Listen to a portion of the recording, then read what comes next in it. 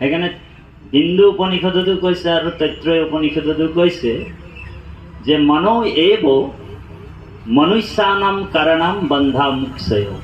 মনটোৱে মানুহক বান্ধে। বোলে কেনেকৈ বান্ধে? যিটো মন বোলে বিষয়ৰ প্ৰতি আসক্তি, সেইটো বন্ধৰ কাৰণ দেই। আৰু যিটো বোলে বিষয়ৰ প্ৰতি অনাসক্ত,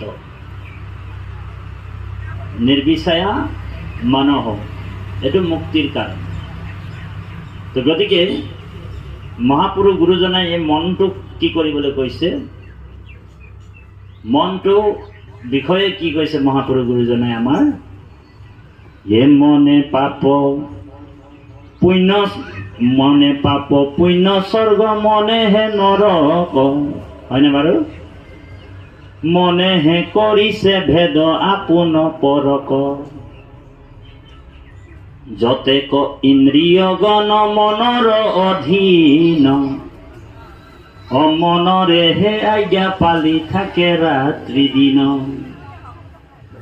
মনে উপজয় জানা মনেহে মৰণ, অমনুষ্যৰ মনে বন্ধ মুখ্যৰ কাৰণ। এতিয়া কৈছে কি? মনে পাপ পুণ্য স্বৰ্গ, মনেহে নৰক। মনেহে কৰিছে ভেদ আপোন পৰক।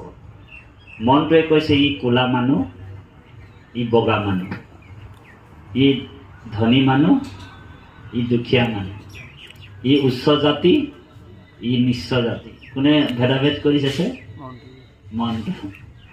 কিন্তু আমাৰ আত্মাবিলাক কিন্তু একেই দেই। এই আত্মাটোৰ বিশ্লেষণ আজি আপোনালোক আমি কৰি আছো। আত্মাৰ বিশ্লেষণ, আত্মাৰ পোষণ বুলি কৈছো। আত্মাক খাদ্য খুৱাই আছো।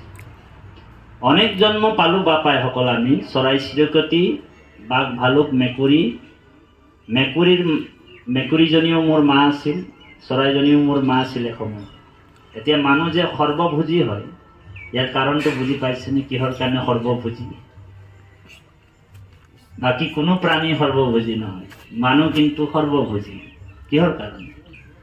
তাৰমানে আমি অনেক যোনিত 84 লক্ষ যোনি ভ্ৰমণ কৰি সেই যোনিবিলাকত যিবিলাক আহাৰ খাইছিলোঁ, সেই যোনিবিলাকত আহাৰ খোৱা সংস্কাৰটো আমাৰ এতিয়াও আছেই। বুজি পাইছে?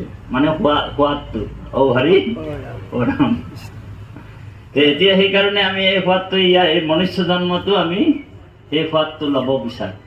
সেইকাৰণে মানুহ সৰ্বভোজী।